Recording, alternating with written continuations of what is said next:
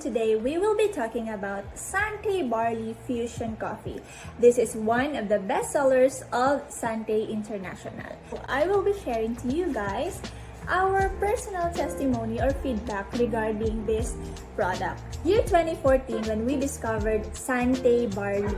Yung time na yon, yung favorite lang talaga namin is yung Sante Pure Barley kasi nga may concern kami sa health namin ng buong family namin. But as time goes by, na-discover namin na isa sa mga best sellers ng company ay ang Sante Barley Fusion Coffee.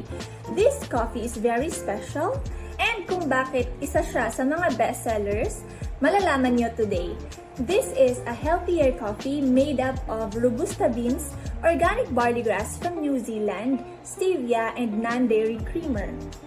And aroma pa lang, grabe, nakaka-relax na. Let's talk about Robusta coffee beans. As we all know, maraming health benefits ang pag-iinom ng kape. Si Robusta beans, mas mataas ang kanyang caffeine content compared to other coffee beans. So others might think na hindi siya maganda. Pero actually, dito sa Sante Barley Fusion Coffee, neutralize yung kanyang caffeine content because of barley grass. Mas madami din ang antioxidants ng Robusta beans comparing to other coffee beans. So, just imagine the health benefits that we can get sa Robusta coffee beans and sa organic barley grass. Bonggang-bongga, diba? All in one product.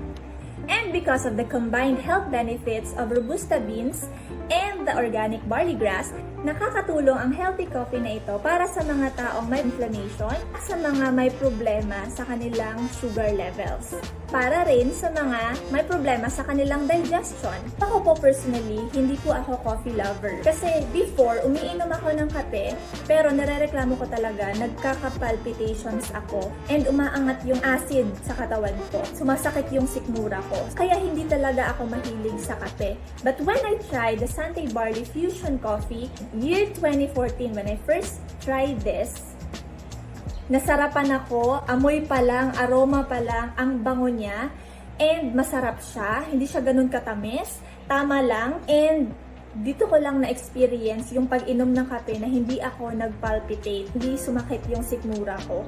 So, bilib ako sa kapeng ito. But for now, kasi I'm 4 months pregnant, nag-stop muna ako sa coffee. Pero this fusion coffee, lagi po kaming may stocks nito.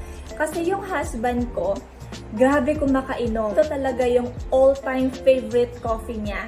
So kahit nagta-travel kami or pumupunta kami sa iba't ibang lugar, talagang nagbabaon siya ng Sante Barley Fusion Coffee. Kasi ito lang talaga yung gusto niyang inuming kape. Kakainom siya ng up to 5 cups or minsan isang box sa isang araw.